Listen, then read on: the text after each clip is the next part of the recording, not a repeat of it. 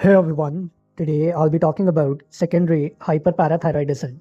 As the name itself suggests, it is oversecretion of the parathyroid hormone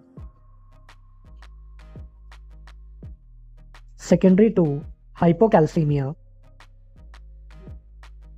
occurring due to disease elsewhere in the body.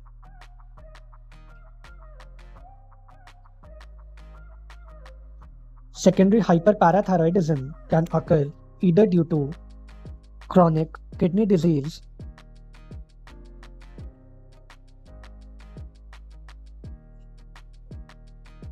causing retention of phosphate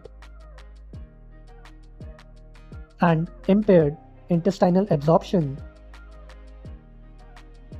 of calcium,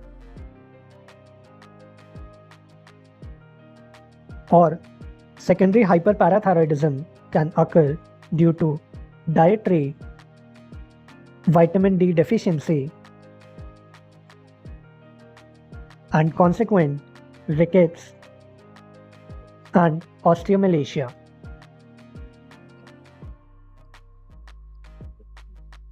Or it can be associated with intestinal malabsorption syndromes causing deficiency of calcium and vitamin D.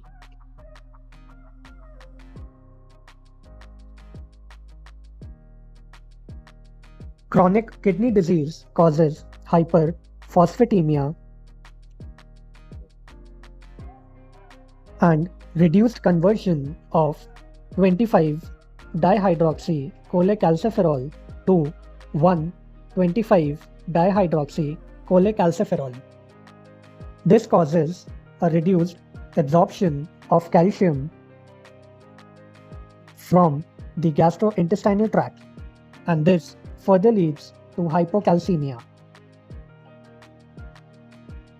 Also, intestinal malabsorption syndromes causing deficiency of calcium and vitamin D leads to hypocalcemia. This hypocalcemia in turn stimulates the parathyroid hormone secretion and also cause parathyroid gland hyperplasia. Dietary vitamin D deficiency and the consequent rickets and osteomalacia also cause parathyroid hyperfunction.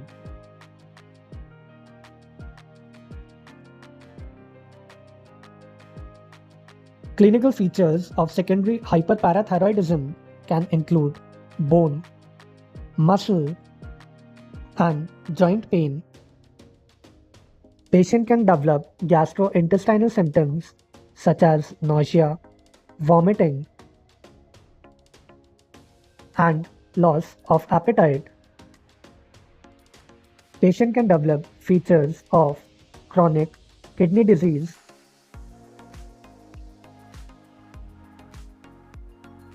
Patient can also develop cardiac problems due to ectopic calcifications in the heart and the blood vessels.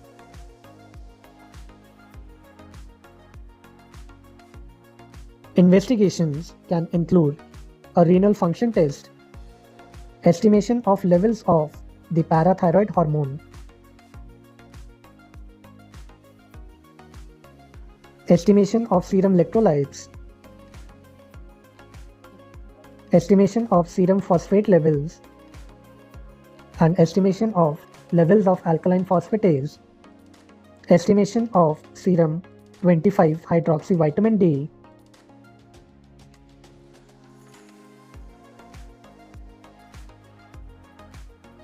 radio imaging studies such as a X-ray, an ultrasound,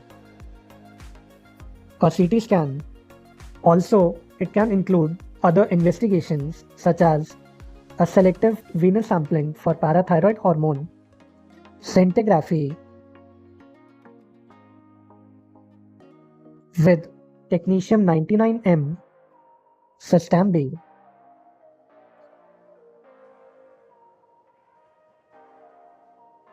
Once the diagnosis of secondary hyperparathyroidism is established, then its management can include a combination of treatment of underlying cause along with supportive therapy.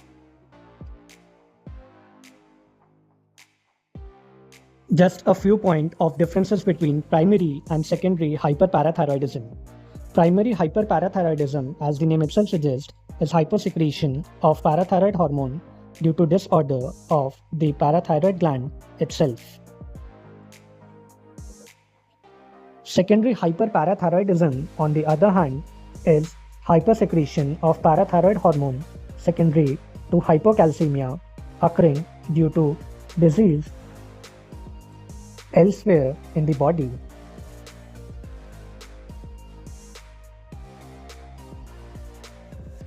The disorders of parathyroid gland itself in primary hyperparathyroidism can include parathyroid adenoma, parathyroid carcinoma,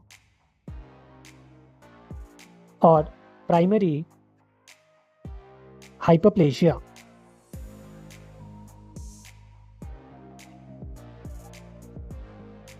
The disorders elsewhere in the body causing hypocalcemia, which further leads to secondary hyperparathyroidism, include chronic kidney disease, intestinal malabsorption syndrome,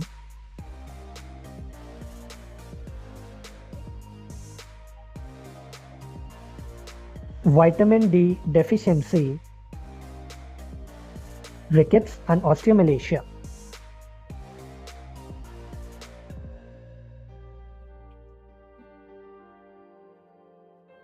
Also, do remember that in primary hyperparathyroidism, there is hypercalcemia. On the other hand, in secondary hyperparathyroidism, calcium levels are either reduced or are normal. Phosphate levels in primary hyperparathyroidism are reduced, while phosphate levels in secondary hyperparathyroidism are usually elevated.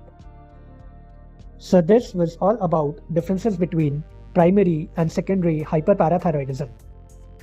So this was all about secondary hyperparathyroidism in brief. Here is the overview of what I have discussed.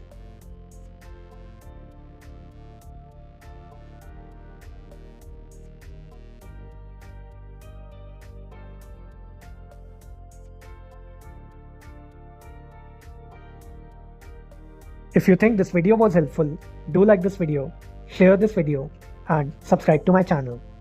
Thank you.